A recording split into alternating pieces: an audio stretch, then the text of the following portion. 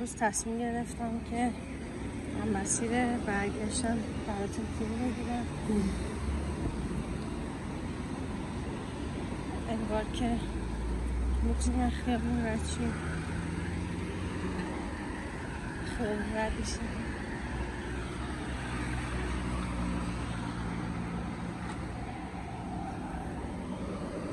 چرا گفتم مسیر برگشت؟ بازم برش چیه؟ مسیر رفتم به سر کار.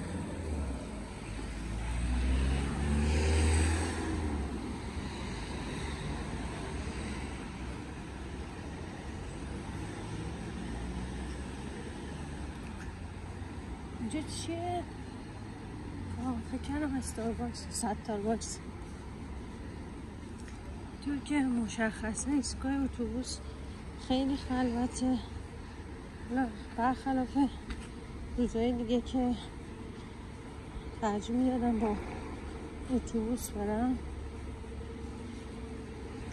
امروز شاید یکی دو تا ایستگاه به خاطر شماها پیاده برم. اینجا کوفیه. کوفی چی گذاشته؟ یه دونه چیزکیک 300، یه قهوه 160. خسته نباشم. البته من هنوز اونقدر به زبان ترکی مسلط نیستم، فقط از رو عکس‌ها گفتم. اینجا که فروشگاه میدوست جته. ولی اینقدر حرفه گوشی گرفتم دستم خودم اگه گوشی رو دست کسی اینجوری میدیدم واقعا تشویقش میکردم. 100 امتیاز دارم.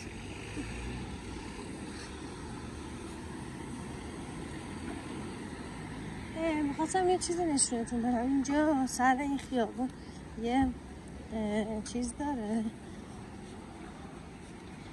از این لوازمای تزئینی اینجور چیزا. بعد یه سبد حصیری داره توش گل آفتابگردون. خیلی دوستش دارم، خیلی خوشگل.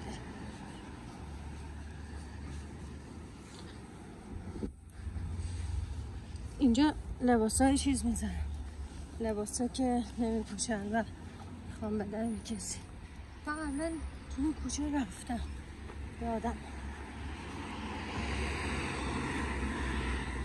بکنم با مامان یه خانم هست بهش میگم مامان جون، آنه جون، آنه جون. ازش هم خبر ندارم. من میشه زنگ بزنم و بهش بپرسم. اینجا که من حالا کتک ندارم دارم فیلم میگه اتوبوس رفت.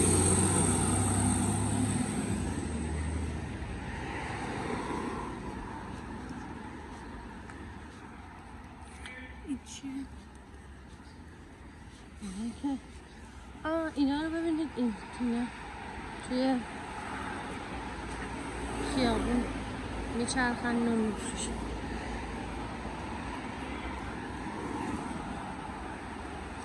میذار از خیابون بگیرم، از آدم ها یه وقت بگیرم که این دعوان کنن میترسم.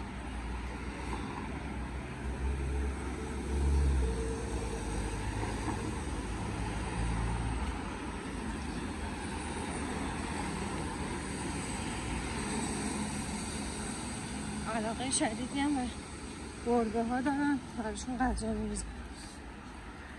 اینجا من یکی از مواردی که با ترکا هم فکرم گربه ها رو خیلی دوست دارم.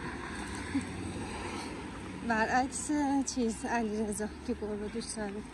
این گربه دوست داره. بعد دیگه یه نکته دیگه هم که هستش این که الان هوا سرده ولی یه ساعت گرم میشه. بعضی هم که سگاشون رو میارن بیرون دستشوی سگشون جمعه، ولی بعضی این نکته رو خیلی در نظر میگه. اینجا یه بیکری و کافه هست. اینجا چیه؟ عکاسی استارکی. اینجا یه چیزه املاکیه، برندشون میفروشه. بذار ببینیم یکیه چقدر چیزه، کارت برای خودشون. اینجا هم که ملافه فروشی تخفیف گذاشته، ملافه و پوشک. رسیم به گل فروشی که وسط خیلی محدود در ترکیه، اسمی حالا ترکیه نمیتون، گل فروشی وجود داره که خیلی گل فروشی من کم داره. اینم که فروشگاه توبا، فروشگاه توبا از اینجور تنقلات میفروشه، مثل چیز دیگه، مثل فروشگاه چیز تو ترکیه، چیز تو ایران، اسمش چی بود؟ زعیم بود؟ نه زعیم که گل فروشی بود، آجیل فروشی معروف بود، الان اسمش فراموش کردم. الان که خاطر هالووین بعضی از این کافه ها تزییناتشون رو عوض میکنن. یکی این کافه هست، یه دارم الیندن سر چیز، الیندن این چیله که سر یه میگروس چه دیگه سر چیز، فکر کنم سر گیرونه، بولوار گیرونه بود. الان یه ذره احساس میکنم ملت چیز شدن، حساس شدن، به فیلم گرفتن. این فروشگاهی کارفوره،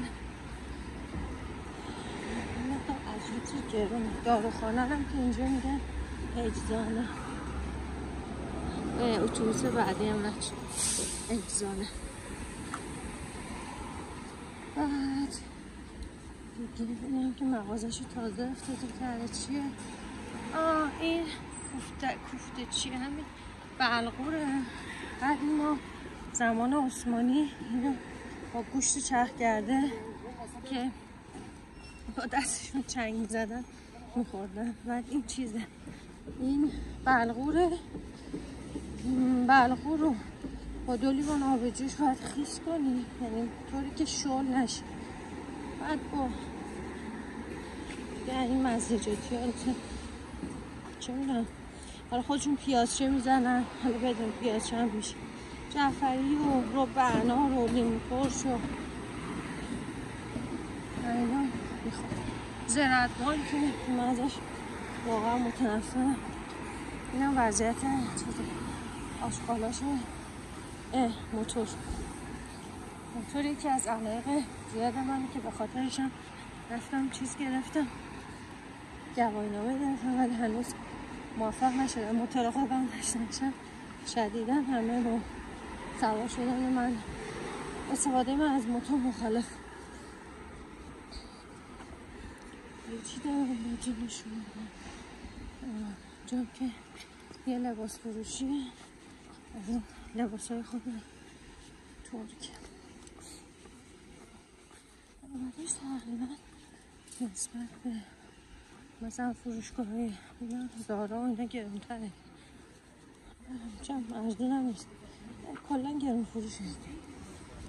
بعد اصلا جنس لباسش هم خوب نیست، خیلی هم قیمتش زیاده نسبت به اینطور جنس ها.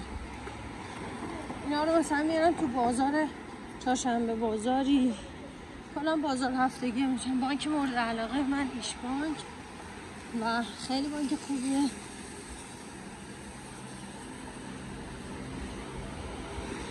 یه وقت احساس میکنم خجالتم ریخته، راحت دارم فیلم میگه.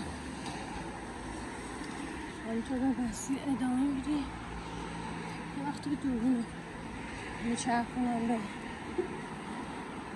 سمت این که چیزه، میخوام تو صورت مردم نباشه، دعوام نکن. خب رسیدیم به ایستگاه اتوبوس، میکنم اینجا ادامه بدم به چیزی نم. اینجا هم که یه پزشکی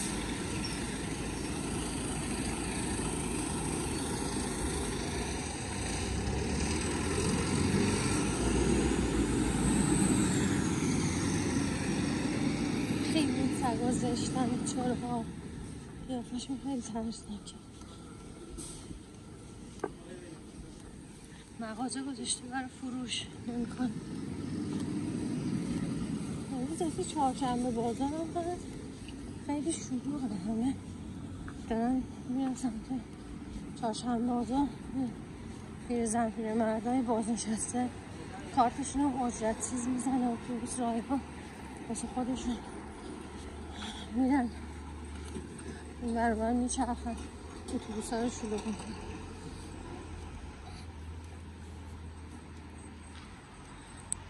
دیگه دستم درد گرفت، همینجا فیلم رو تموم میکنم.